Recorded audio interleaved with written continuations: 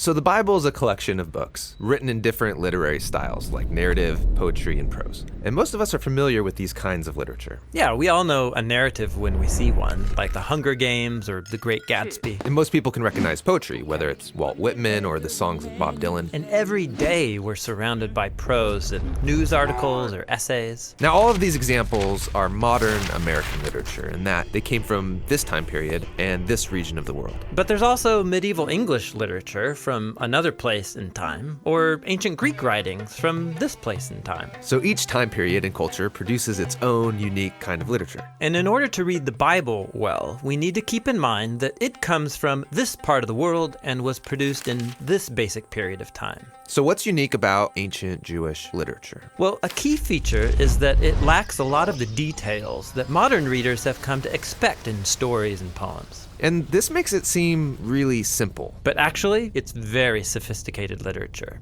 Every detail that is given matters. And that's great, but the lack of detail means that stories are often loaded with ambiguities. I mean, take one of the first stories, Adam and Eve in the garden. Where did this talking snake come from? And why did God allow him there? Why didn't Adam and Eve die on the spot like God said they would? And who's this offspring of the woman who will destroy the snake but is bitten by it? Yeah, so many puzzles in this story. And some of these are questions that we have and that are not important to what the author is focusing on. But some of these ambiguities are intentional. Intentional?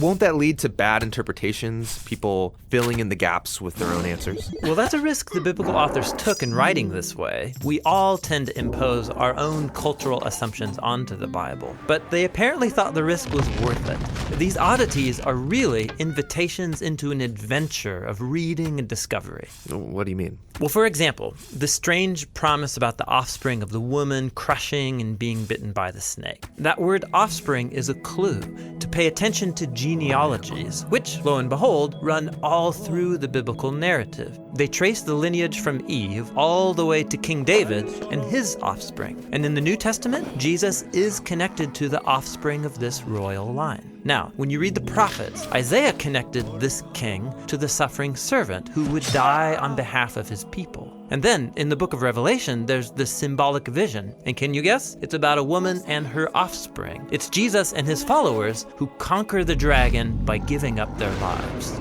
Yeah, so each part of the story there is loaded with ambiguities, but altogether, it makes sense. And this is the literary genius of the Bible. It forces you to keep reading and then interpret each part in light of the others. This is feeling complicated. I don't know if I can do all that. Well, you're actually not expected to notice all of this by yourself or all at once. This dense way of writing forces you to slow down and then read carefully, embarking on this interactive discovery process through the whole biblical narrative over a lifetime of reading and rereading. Ah, okay. Meditation literature.